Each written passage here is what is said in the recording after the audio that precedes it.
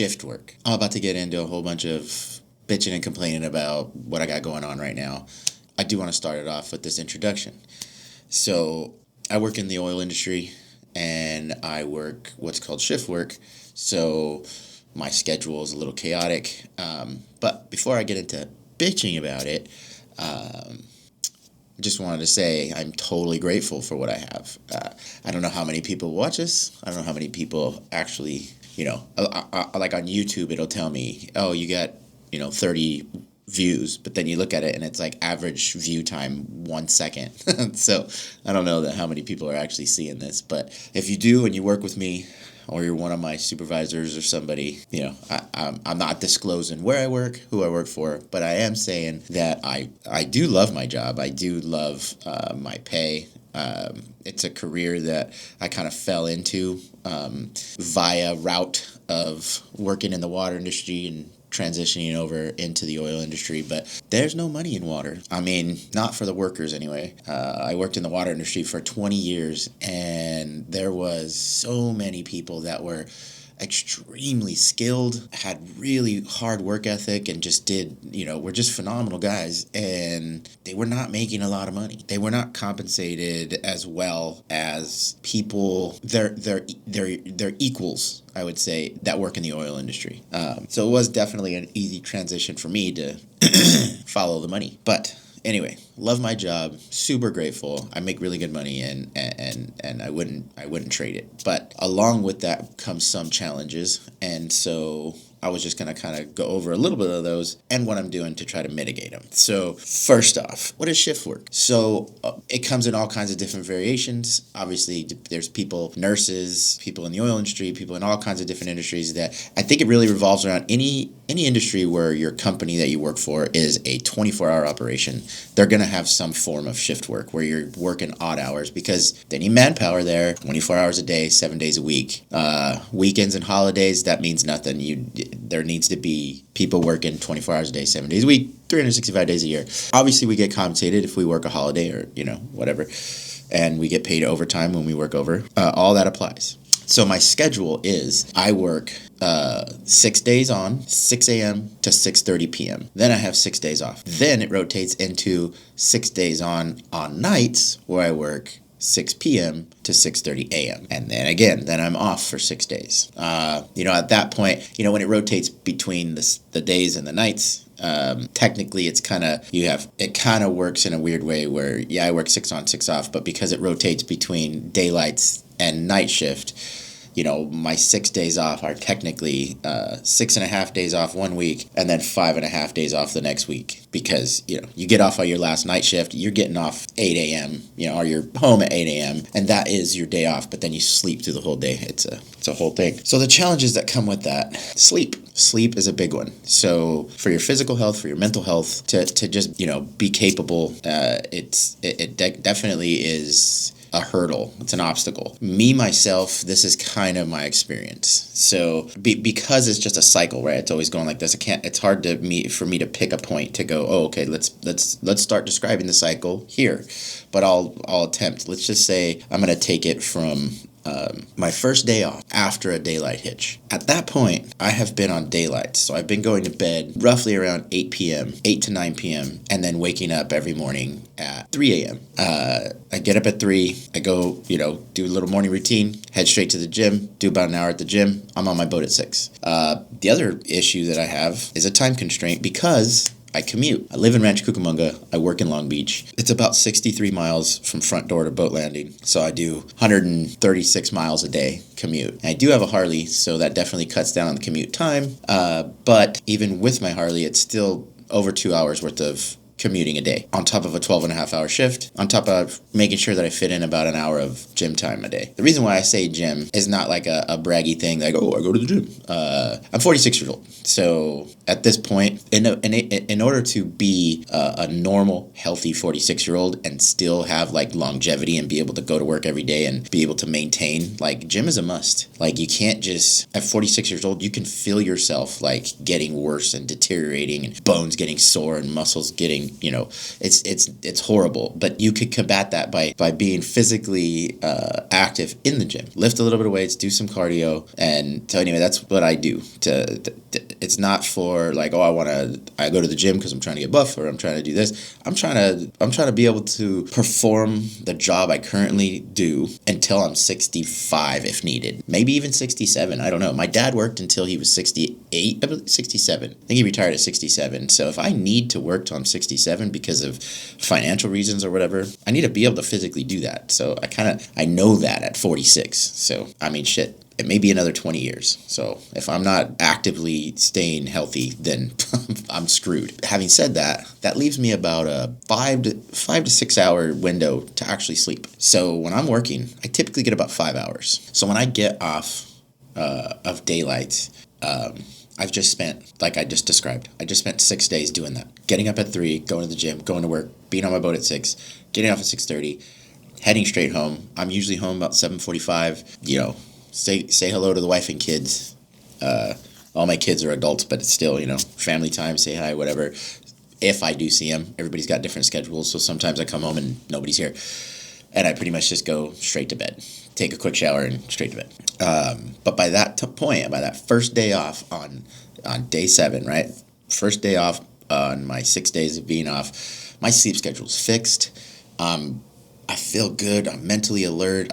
Everything's great. And I have an amazing 6 days, 6.5 days, right? During that time, what I'm trying to do is, because I know that on day 7, I have to go to work at 6 p.m. and I have to stay up until 8 a.m. And so throughout that week, it's a lot easier in this portion of the transition to just kind of push it out a little bit. So every night, just kind of like, instead of going to bed at 8 or 9, now I'm going to bed at 10 or 11, 12. Maybe the last night of the week, I'm staying up until 1 or 2, and then just trying to sleep in as best I can. Usually by the end of the 6 days, by the last day off, I can sleep in until about 11, which helps out. And then you just kind of push it a little bit, right? I keep saying right. I don't know why, but you just keep pushing it out. It's not as difficult as you would think, just to keep pushing it out. Then you go on nights. Maybe the first or second night is a little difficult to push it all the way to 8 a.m. Riding a bike helps, because instead of being in a car on the freeway in the morning, I'm out in the elements. On a bike, it's really hard to get drowsy, so that helps out. But I do that for 6 days. This is when the transition is actually difficult. When you get off on that last day of nights and you get home at 8 a.m., you're exhausted. You're on that sleep schedule now. You pass out at, right when you get home, you just pass out. Some guys have told me, I got a couple buddies that are in the aircraft. They work for airlines, and they do a very, not similar, but, shift work where they're working nights and days and switching around. And they've described to me a scenario which some of the guys that I work with actually do, is on that last day or last night, they get home and they just stay awake all the way until the night. So they basically skip, they have a 48-hour window essentially where they don't sleep, and they just take it all the way to the next day or that night and then go to sleep. And then that's how they kind of shock their sleep schedule. I've never been able to do that. I've attempted it several times, and it just makes for a very miserable me. I have a hard time thinking. I get real brain foggy. That happens anyway, but when I try to, and not only that, but I can't stay awake.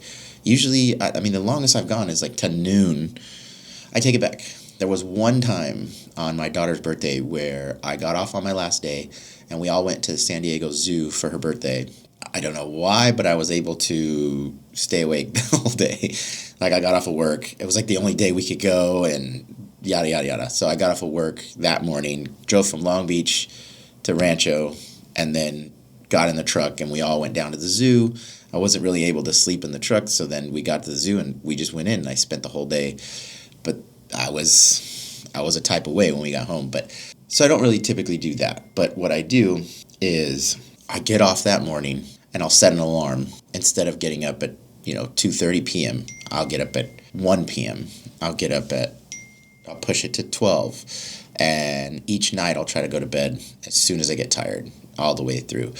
Well, those 2 or 3, 4 days of days off after nights, those are the difficult ones. Those are if you know me, on those days, you'll see me and I'm really quiet. I'm having, difficulty in conversation. I can't think of words. I get lost. And, it's the time that I walk into a room and forget why I came in there. I'm looking for my glasses. They're on my head. I've used the flashlight on my phone to try to find my phone. So stupid shit like that. But it's, that's that transition. And then you get all the way back, and then now you go back, you have your 6 days off, and you fight through those 3 or 4 days, which are just crap days. You can't really enjoy yourself that well. And then, boom, you're back on daylights. And you struggle for a couple days trying to transition back. Here's the thing that I challenge anybody who's never had to deal with this. Make an attempt, like whatever time you normally go to bed. If you go to bed at like 8 or 9 p.m. or 10 p.m., whatever, think about trying to go to bed an hour earlier than your normal time. Like, I got to get up earlier, so I'm trying to go to bed earlier. That's difficult, right? Now try to do that 8 hours. If you typically go to bed at 8 p.m., try to go to bed at noon. It doesn't happen.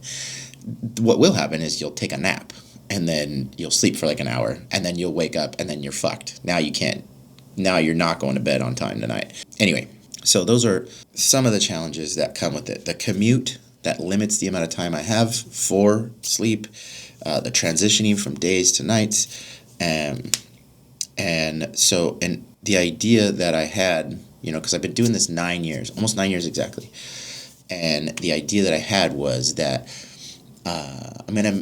I'm not, because I have 6 days off, so it's a little ridiculous not to utilize that time to make an attempt to do something else. So I started this job in 2017, and then in 2020 is when I was like, I really need to do something. So I purchased a medical billing business, and I invested a lot of money in it. I really gave it a whirl for about 2 years, and it just was, it was unsuccessful in the sense of I didn't make any money. So I had to quit the business. I put too much money into it. But I wouldn't say that it's a failure. I learned a lot. I learned a lot about business. I learned a lot about a bunch of stuff I didn't know, that what it takes to actually start and run a business. I learned from failure. So I don't, and it's kind of a stupid thing to look back and just really like regret anything you've done. The best thing is to go look back and go, okay, what did I learn from that, and then move on. It was unsuccessful, and then so right after that, I'm like, hey, I got to do something else. And I've always been fascinated with real estate, so I went and got my real estate license.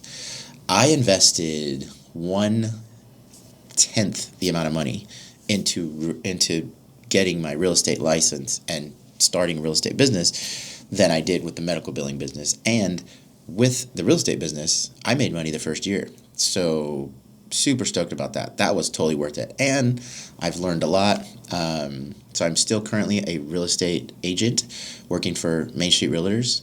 My broker, Rick Diaz, amazing broker. You can ask any real estate agent that works with him. He's just done so much for me in my career, and especially because I'm doing it part-time. So he's helped me out a lot. But still doing that. The other thing is, on top of whatever I can do with marketing and just training material, learning, looking at the market, always trying to better my knowledge of what's going on and how to do stuff. I'm also like, there's other things I could do as far as like branding, right? So I started a podcast with my nephew, the Zion and Anthony podcast. We've been doing that. We'd kind of review movies and just kind of goof off, have a good time. I have another podcast called the They're Here podcast, where it's a little more serious. I talk to some family members about, religion, politics, addiction, just kind of like more serious topics. And then I started this channel, which is the He's Where. And this is just because I was running out of opportunities. So with the other podcasts, it's kind of like you got to schedule people, you got to, get people to come, you got to figure out timing and all kinds of stuff. And it just makes it difficult to just produce work and constantly be working on content when you're relying on other people. So this one's kind of like a motivated for me to just, like right now, it's I just got off a night yesterday, so my sleep schedule's all screwed up. It is. I woke up today at 3 a.m. It's 4 a.m. right now.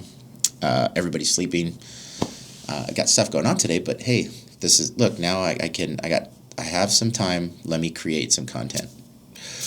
So that's where this is at. Also, I've talked about it before on this channel that, the whole Gary Vee thing where he talks about, create a post on TikTok, Instagram Reels, and YouTube Shorts. Do it every day for 6 months. You're bound to get some traction. So I'm kind of testing that out, but at the same time, I'm making longer videos and hopes to a couple things. First and foremost, maybe I can, if I generate some sort of following, a couple hundred people or so, that's a couple more hundred people that know that I'm a real estate agent. And they will hopefully come to me if they have any questions, and maybe something comes from that. Maybe I can help them. Maybe I can do some good in their life as far as their real estate endeavors. So that's, hopeful. I'd love that. But also, this could get monetized. The He's Where, the Zion and Anthony, AC Studios, the whole YouTube thing. If it ends up getting monetized, hey, I make a couple bucks on this on the side. So this is exciting. But I'm not counting my chickens before they're hatched. So to combat or to just kind of help me out with the sleeping and the sleep schedule, the last ditch effort I got going on right now is I will be purchasing a van conversion or camper van. The one I'm looking at, it's a company called GeoTrek out of Boulder, Colorado. All kinds of great stuff to be said about them, but I've done a lot of research on it. There's all kinds of different ways. You can buy one that's completely made already. You can hire a company to custom build one for you. You can buy all the stuff and just do it yourself. Now I'm completely capable of building. I've been fascinated. I've been obsessed with it for the last year. So I've been looking into all this stuff about doing it, and I would love to do a build. I think that would be amazing, but I don't really have the time. And financing would be difficult because if you buy a chassis on a van chassis without it being already a RV, you have to do auto financing, which limits your options for financing. So I'm buying one already made. I'll be getting it hopefully first quarter of 2026, and it's going to mitigate a lot of shit a lot of hurdles in my life. First, when I go on to shift, I could just load up my van. It's got everything. It's got a bed. It's got full kitchen, bathroom, shower, full solar, full battery pack. It is AC, heater, and everything in there runs electrically for the 5 nights that I need without having to plug in, without having to turn on, without to drive anywhere. So I'm going to put really low miles on this thing, so it's going to last a long time. And I'm just going to drive to work, and I'm just going to stay there. It's going to be my mobile apartment, and I'll just live in Long Beach when I'm working there, and then drive home and live in Rancho when I'm on days off. It also gives me the freedom that if I ever, when I do get real estate clients, that'll be like a mobile office. I'll be able to go anywhere. I'll be able to drive further. I'll be able to stay places. I don't have to worry about getting hotels. It's really exciting to find out this option is available. Also, doing this YouTube channel. There's a lot of people that I follow on YouTube that they do van life videos. I'll be able to create some of that, just more content. I watch van life videos and I look and it just looks like a boring video, but it's interesting to me to see how these people live, their daily events, just waking up in the morning, opening up those back doors and being on a beach. How amazing that. Having your morning coffee right outside your van, watching the sunset on a mountaintop, I'm obsessed with that. So I'm just I'm really excited about that. But so look forward to that. If you've gotten this far on this video, I totally appreciate you. I know I'm a boring guy, but I'm just documenting my journey and having a fucking So much fun doing it. If you've ever wanted to do something like this, I highly encourage you, because it is like, I think everybody needs some kind of creative outlet. Because once I started doing this with the podcasting, the content creation, and making jokes on social media and the TikTok and stuff, and then the whole editing process, the whole, setting up the studio, and like everything that's involved, I've had so much fun doing it. It's just taken up like, it gives me like an outlet, and I'm having so much fun doing it. But if you have gotten this far in this video, thank you so much for watching. I'm going to cut it shy here. Do me a favor. Like, subscribe. More importantly, put a comment. Let's talk about it. If you work shift work, let me hear your bullshit. If there's anything you're curious about with real estate, if you're anything curious about what I got going on, follow me on TikTok, all under the moniker He's Where. TikTok, Instagram. You're obviously here on YouTube.